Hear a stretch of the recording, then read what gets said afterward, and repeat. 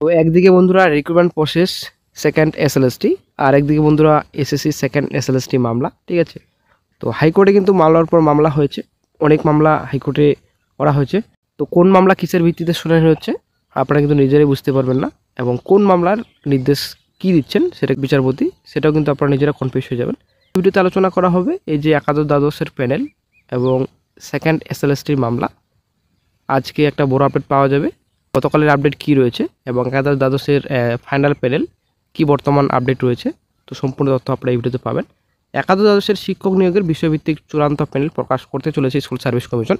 প্রাথমিকভাবে যে বিষয়গুলির ইন্টারভিউ শেষ করেছে কমিশন, সেই বিষয়গুলির চূড়ান্ত মেধাতালিকা ধাপে ধাপে প্রকাশ করা হবে বলেই স্কুল শিক্ষা দপ্তর সূত্রে খবর। একসঙ্গে সব বিষয়ে মেধাতালিকা প্রকাশ করবে না স্কুল সার্ভিস কমিশন। সুপ্রিম কোর্টের নির্ধারিত সময়সীমার মধ্যে যাতে বিষয়ভিত্তিক প্যানেল প্রকাশ করা যায়, তার জন্যই এই সিদ্ধান্ত বলেই স্কুল সূত্রে খবর। ইতিমধ্যে একাদশ দ্বাদশের শিক্ষক নিয়োগের বাংলা, ইংরেজি, কম্পিউটার সায়েন্স, কমার্সের মতো বিষয়গুলি ইন্টারভিউ প্রক্রিয়া শেষ করেছে এসএসসি। তো তারপর যে বিষয়গুলি ইন্টারভিউ শেষ করেছে সেই বিষয়গুলির চূড়ান্ত মেধা তালিকা আগে প্রকাশ করবে এসএসসি, এমনটাই সূত্রের খবর। চলতি মাসের তৃতীয় সপ্তাহের মধ্যেই একাদশ দ্বাদশের শিক্ষক নিয়োগের বাংলা ও ইংরেজি চূড়ান্ত প্যানেল প্রকাশ করতে পারে এসএসসি। তবে সুপ্রিম কোর্টের নির্ধারিত সময়সীমার মধ্যে একাদশ, দ্বাদশ, নবম, দশমের শিক্ষক নিয়োগের পুরো প্রক্রিয়া শেষ করা সম্ভব নয় বলেই মনে করছে স্কুল শিক্ষা দপ্তর। তার জন্য অতিরিক্ত সময় চেয়েও সুপ্রিম কোর্টের দ্বারস্থ হতে পারে স্কুল শিক্ষা দপ্তর। এসএসসি সংক্রান্ত মামলার শুনানিতে ফের নতুন মোড়।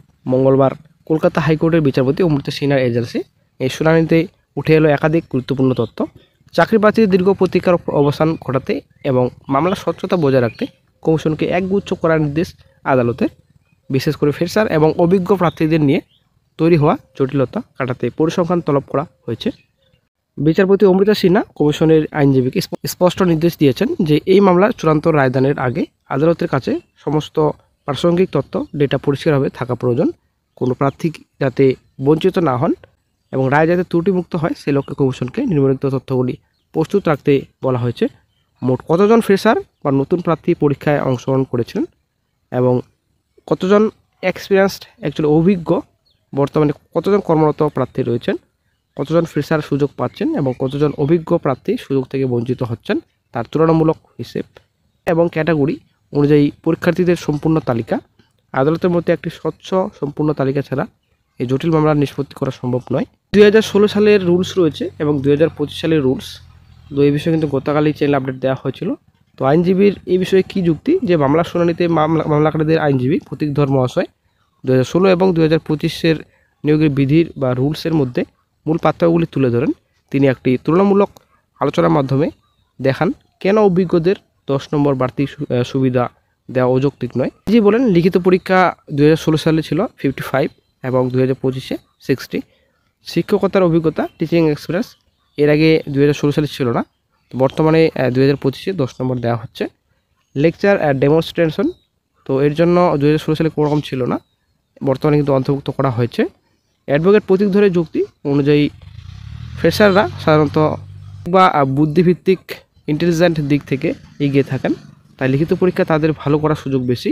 তা অন্যদিকে যারা অভিজ্ঞ তাদের লাইফ স্কিল বা বাস্তব অভিজ্ঞতা বেশি, তাই তাদের 10 নম্বর দেওয়াটা ভারসাম্য বজায় অংশ। সংবিধানের 14 নম্বর অনুচ্ছেদ বা আর্টিকেল 14 উল্লেখ করে তিনি বলেন, সম্পূর্ণ ভিন্ন দুটি শ্রেণীকে ফ্রেশার এবং অভিজ্ঞ একই পাল্লায় মাপা যায় না। তার পরবর্তী শুনানি, এদিকে আপনাদের সময়ের অভাবে অ্যাডভোকেট জেনারেল ব্যস্ততার কারণে এই মামলার বিস্তৃত শুনানি সম্পন্ন হয়নি। সূত্রের খবর, আগামী 6 তারিখে মামলার শুনানি হবে। এই যে এক্সট্রা 10 নম্বর অ্যাকশনের ভিত্তিতে আগামী 6 জানুয়ারি শুনানি হতে পারে। তো এদিকে আপনাদের আজ শুধুমাত্র ওএমআর সিট সংক্রান্ত মৌসুমী ঘোষের মামলাটি শোনা হবে এবং যেখানে 2025 সালে ওএমআর সিট সম্পূর্ণ প্রকাশ না করার অভিযোগ রয়েছে। আদালতের এই নির্দেশের পর এসএসসি পরীক্ষার্থীদের এখন তাকিয়ে আছে কমিশনের পেশ করা রিপোর্টের দিকে। অভিজ্ঞ বনাম ফ্রেশার এই দ্বন্দ্বে আদালত শেষ পর্যন্ত কী রায় দেয় সেটাই কিন্তু এখন দেখার বিষয়। তো আজ বুধবার মামলার শুনানি হতে পারে, নইলে আগামী জানুয়ারি মাসে শুনানি হতে পারে। তবে আজকে অবশ্যই একটা বিশাল বড় ব্রেকিং আপডেট আজ পাওয়া যাবে, এই যে ইন্টারভিউ আগে নাকি ইন্টারভিউ পরে এক্সপিরিয়েন্স নাম্বার দেওয়া হবে, একটা গুরুত্বপূর্ণ আপডেট। তো দেখা যাক আজকে হাইকোর্টে কী রায় আসে। তো একটা গুরুত্বপূর্ণ আপডেট আশা করা যায় আজকেই পাওয়া যাবে। তো যখন নতুন গুরুত্বপূর্ণ আপডেট পাওয়া যাবে সঙ্গে সঙ্গে আপডেট দিয়ে দেওয়া হবে।